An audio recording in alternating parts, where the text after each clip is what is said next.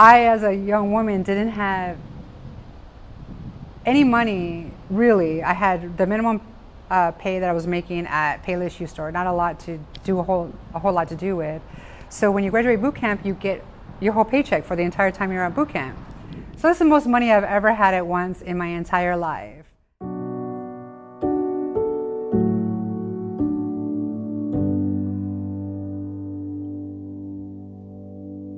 And it wasn't a lot of money, but it was a lot to me. I think it was maybe like $300-400. It wasn't a lot by today's standards, but, or even more than that, but it wasn't a lot, like maybe 500, 6 maybe. It wasn't a lot.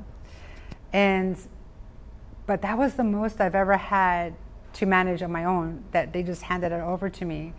And now I have to go make my own reservations and do stuff with it and learn how to budget. And I'd never been taught that before. So it was a very overwhelming experience, to say the least. Core school was interesting experience. It was really good. I learned a lot. I did end up having to get set back a class though, because I got really sick.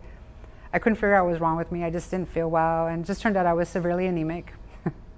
I was to the point where my anemia was so bad I was almost admitted, but luckily I could just take some iron pills and that seemed to fix it. So with that said, it's, I don't know if we can call it divine intervention or just a shift in the universe, but like I said, I got set back a class.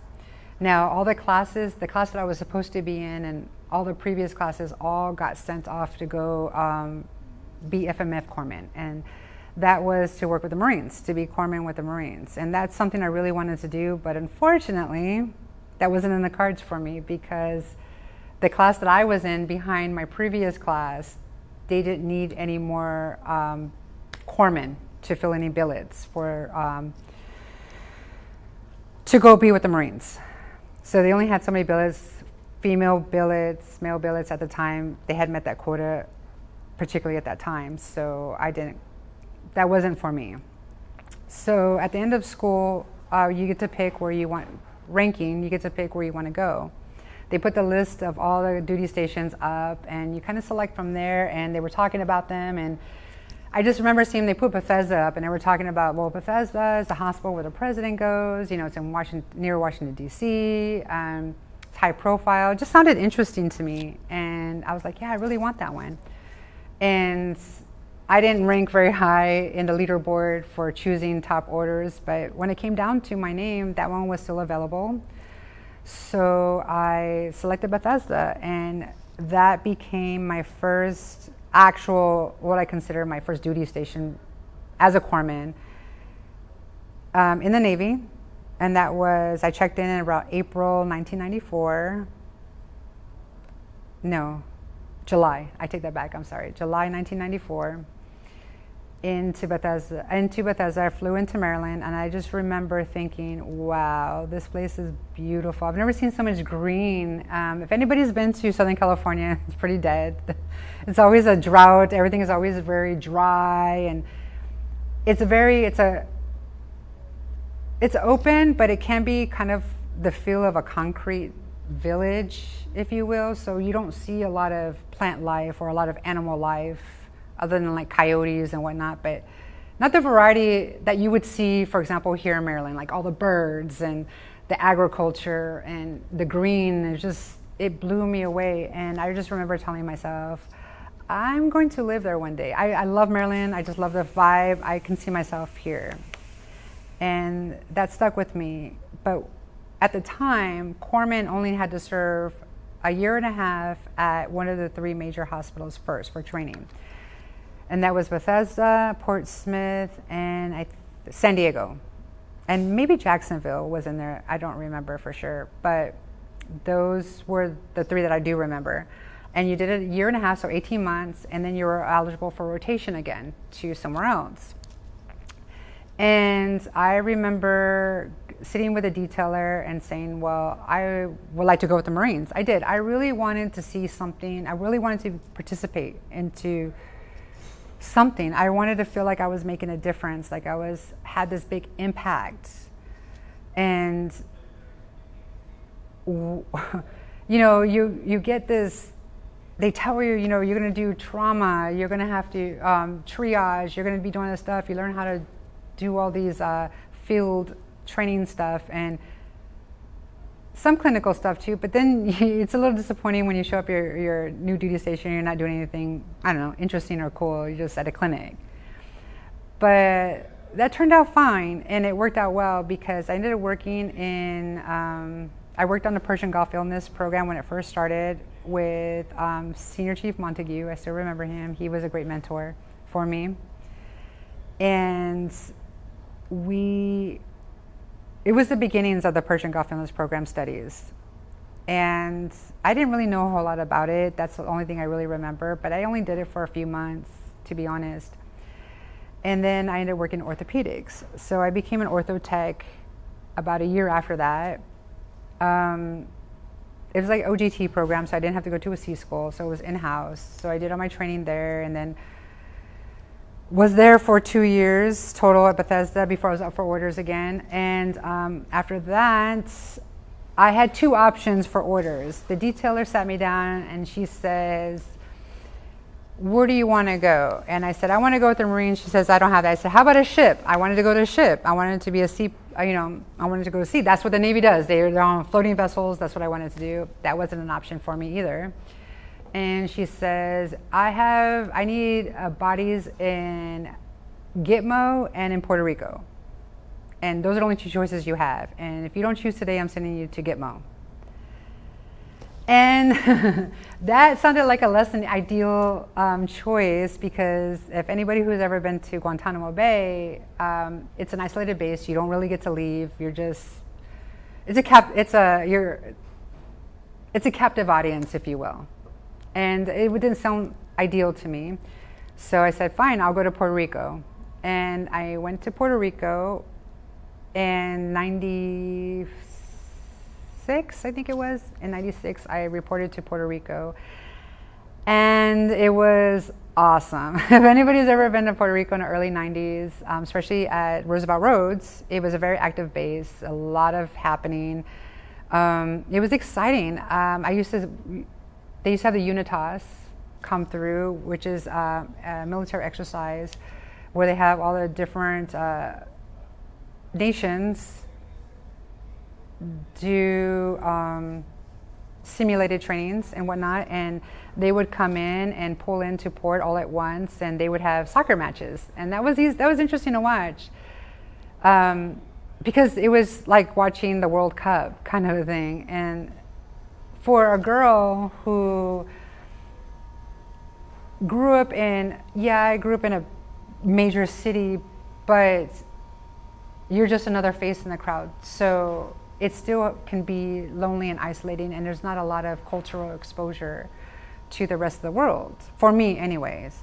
So getting this exposure was really eye-opening and exciting, and I just embraced it, and being able to, I just couldn't believe it. I was getting paid to be in another location and to sit on the beach after work. So the CEO, he had a great philosophy. He was like, we're in a beautiful island, let's enjoy it. So he used to give us liberty at 1500, and we closed the hospital, except for duty crew, of course. And I lived in the barracks, so it was a quick walk, and my roommate and I would just go to the beach on base. And I still remember that moment of sitting there telling her, I can't believe we're sitting here getting paid to do this, to snorkel, to do these things.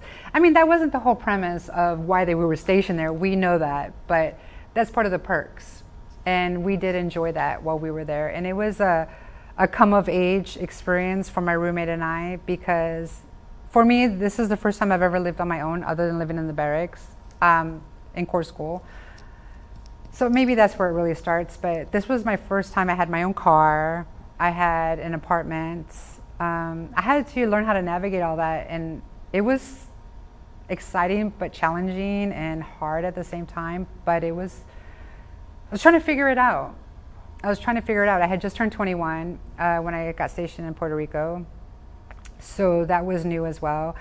I had been very isolated for a long time prior to joining the military, and that I'm going to say contributed. My self-esteem was non-existent for many reasons. Maybe because of embarrassment, the way that I grew up. I'm not having any money. You kind of just keep to yourself. I didn't have a lot of resources or experience, or had some friends, but I didn't really have a support unit that I could really count on.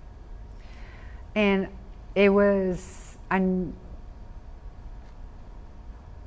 It was not fun. Like, it was just interesting to learn that this is my new family that you start to develop. You start to understand that these people that you're with all the time, this is your new family. A family is more than what you're born into. It's what you make it. It's the people that come in across your path and you learn from them. And culturally, it was exciting because such a diverse cultures. Everybody's brought together and everybody works together, and you come to realize that there's more commonalities than not. And to learn from so many people from different walks of life. And I know it sounds naive to say this because, again, I didn't have a lot of exposure. And again, this is before social media, so there wasn't a lot of exposure on internet. So when I met one of my bunkmates, or one of the other females in boot camp from Oklahoma, and she was Mexicana, or Chicana, or Latina, or Hispanic, however you want to refer to us, Mexican American. And she's from Oklahoma, and it blew me away. I'm like, there's more of us in Oklahoma? Like, I just couldn't believe it, because it threw me back. I know it sounds crazy, but it was new for me. I thought we were just all in Los Angeles, or just all in Southern California, and that was pretty much, or Texas, or Mexico, of course, obviously. But I don't know. I know it's super naive, and I just, like I said, I didn't have a big world view, and to meet these people that are like me from different places, or not like me and like me, it was just interesting. Aha moment for me.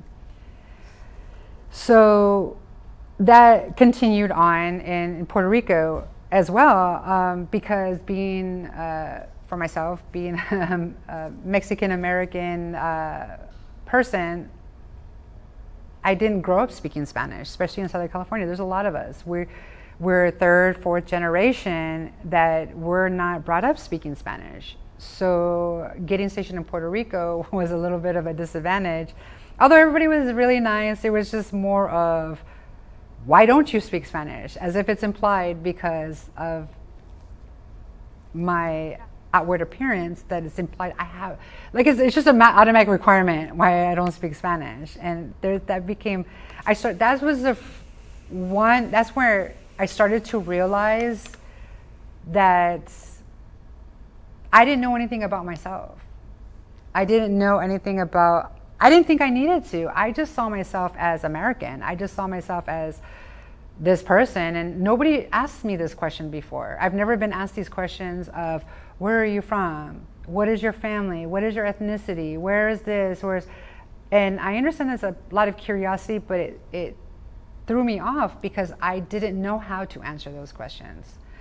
Because it's not something we talked about in my family. It just was not something we discussed. So I really truly did not know how to answer that.